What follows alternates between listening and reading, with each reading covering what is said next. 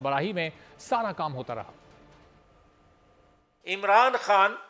जिस तरह विकेट के दोनों जानब खेल रहा है, उसका एक वकील निकलता है जेल से, वो कहता है एस्टेब्लिशमेंट के पांव पड़ने को हम तैयार हैं, माफी मांग के उनके साथ चलने के लिए तैयार हैं।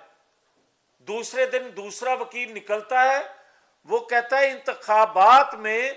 हमारा तो मुकाबला ही एस्टेब्लिशमेंट से है, इन्होंने पाकिस्तान को किस तरह लूटा। इंसाफ के तकाजे पूरे हों तो 9-10 मई के मास्टरमाइंड जो हैं वो बच सकें, या 190 मिलियन पाउंड के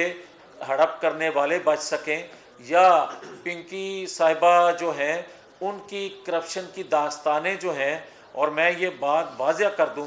कि बुज़दार साहब को अगर आप 6 घंटे कहीं खड़ा करके पूछ लेना तो वो बताएंगे कि 90% जो हिस्सा था वो